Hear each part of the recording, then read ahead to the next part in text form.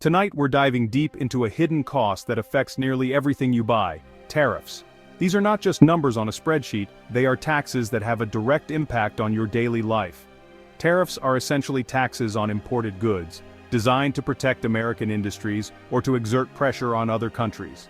They are tools of economic policy, but their effects are felt far beyond the boardrooms and policy discussions. The real impact of tariffs is extensive and far-reaching. These costs ripple through the entire economy and eventually end up in your shopping cart. Every time you buy groceries or household items, you're indirectly paying for these tariffs. Importers initially pay the tariff, but they don't just absorb this cost, they pass it on to the next link in the chain. This means that businesses at every level, from importers to retailers, adjust their prices to cover these additional expenses. Consequently, this results in higher prices for manufacturers, retailers, and ultimately, you, the consumer.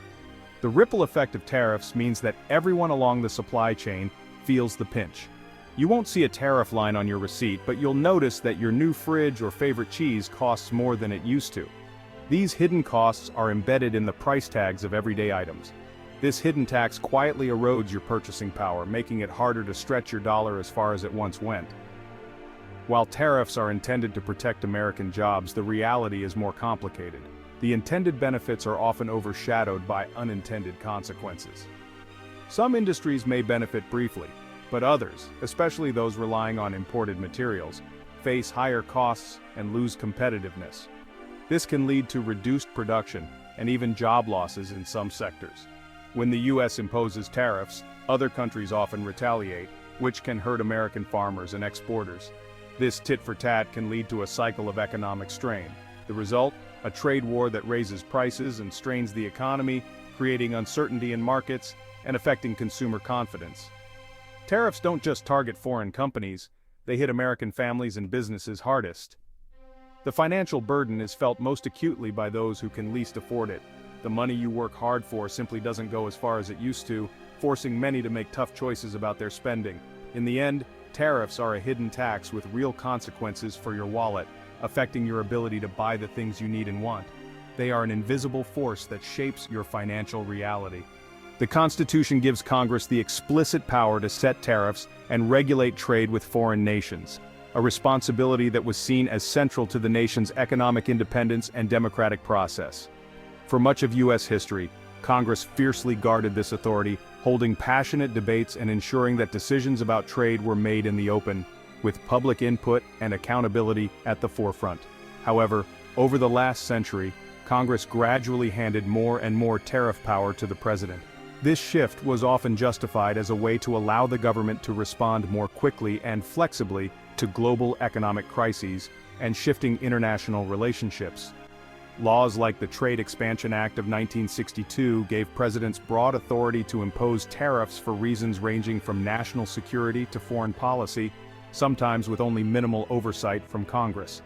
This transfer of power concentrated significant economic authority in the executive branch, reducing transparency and limiting the opportunity for public debate or congressional input on major trade decisions. Today, a single person, the president, can impose sweeping tariffs that impact billions of dollars in trade, affecting industries, workers, and consumers across the country, often without Congress's direct involvement or approval. What began as a temporary fix to address urgent situations has, over time, become the standard way trade policy is made in America. Now, lawmakers like Mr. McClintock are raising concerns, arguing that it's time for Congress to reclaim its constitutional role and restore the checks and balances that were designed to protect democracy. Restoring this balance isn't just about tariffs, it's about ensuring that the voices of the people, through their elected representatives, are heard in decisions that shape the nation's economic future. The debate over who controls trade policy is about more than economics.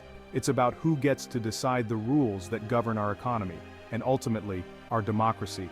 Tariffs hit American businesses in ways that ripple through the entire economy, often in ways that aren't immediately visible to most people.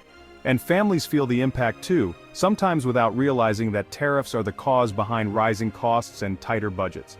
Small manufacturers are squeezed hardest, facing higher costs for imported materials they depend on. This forces them into tough decisions. Should they absorb the loss and risk their business, raise prices and risk losing customers, or cut jobs and risk their workers' livelihoods? Farmers are especially vulnerable.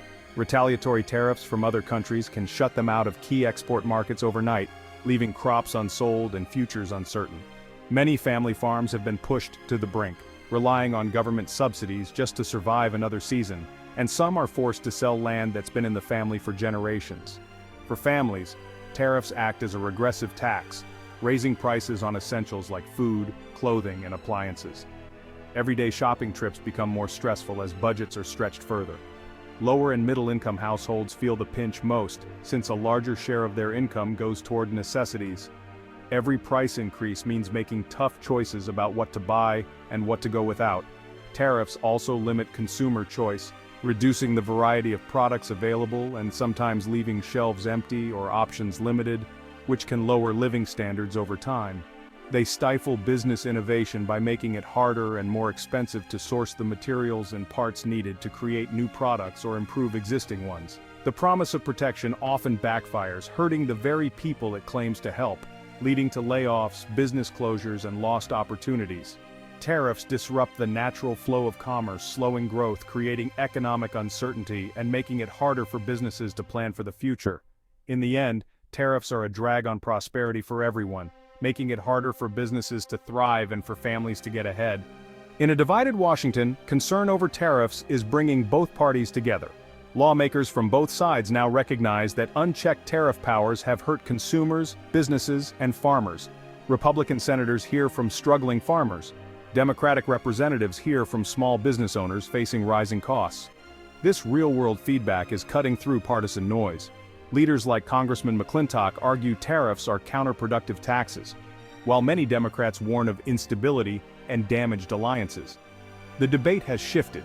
It's no longer about whether tariffs cause harm, but how to fix the system. Both parties agree the president has too much power over tariffs. This rare consensus is the first step toward real reform.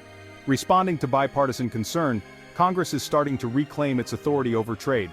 New laws now limit how long the president can impose tariffs without congressional review, cutting the window from 6 months to 4. This change forces faster justification and oversight, preventing temporary tariffs from becoming permanent fixtures. Congress has also formed a bipartisan committee to review tariff laws and design a modern trade framework. This group brings together lawmakers, experts, and industry voices to craft smarter, more balanced rules. These steps are just the beginning, but they signal a shift away from passive delegation. Lawmakers like Mr. McClintock see this as laying the groundwork for deeper reform. The message is clear. Congress is ready to take back its constitutional role. The era of unchecked executive power over trade is ending. Active oversight and shared responsibility are making a comeback.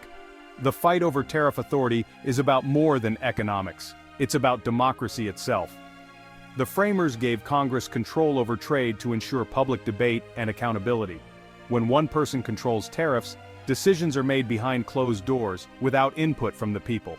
Congressional oversight means open hearings, public debate, and votes that hold lawmakers accountable. It also brings stability. Businesses can plan and invest when trade policy isn't changing on a whim.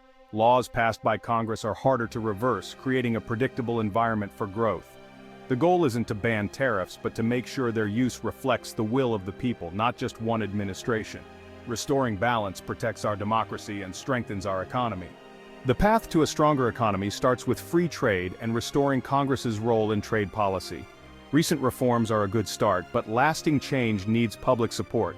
Free trade means more choices, lower prices, and greater innovation for everyone.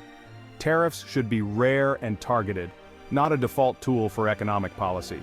Citizens can help by learning about tariffs, sharing their stories, and urging lawmakers to keep pushing for reform. This isn't a partisan issue. It's about America's future prosperity. By supporting congressional oversight, we can break the cycle of trade wars and hidden taxes. Let's build an economy based on freedom, opportunity, and accountability. The time to act is now.